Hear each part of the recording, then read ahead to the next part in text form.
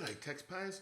A sleeper of an issue for 2025 will be, in my view, a strong recovery in new dwelling construction activity, one that crept up through 2024 that not a lot of people noticed. And I think this was masked by the fact that a lot of building companies were in financial difficulty, a lot of business failures in the construction side, was the fact that new building approvals for dwellings rose in trend terms for 8 consecutive months by a total of 15%. And okay, that's from an incredibly low base that we had a really low level of new dwelling construction. But as the cost of construction moderates, as the availability of tradies starts to improve, as house prices, which have been grinding higher, make the viability of new construction a little more favourable, then, oh, that was just my cat, then the conditions for a further increase in new dwelling construction seem to be in place.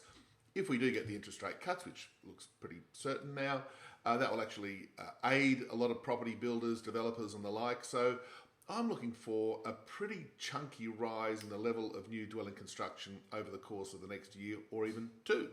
We know that we need lots of dwellings. There's still a relative shortage of housing in Australia, it seems.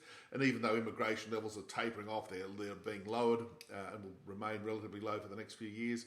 We still need to get our act together and build a lot of new houses. So at this stage, it's still unlikely that we'll see the government meet its target of 1.2 million new dwellings over the next 5 years, but it could get pretty close. All we need to see is, say, another 10-15% increase in new dwelling construction through the course of this year, another 5 or 10% the following year, and we'll be on track to easily exceed a million new dwellings over the 5 years, so just short of the 1.2 million, but moving higher nonetheless. But for the here and now, watch out. I think we're going to see a housing construction pickup through the course of this year, building on the stealth recovery, if we can call it that we saw towards the middle to latter part of 2024.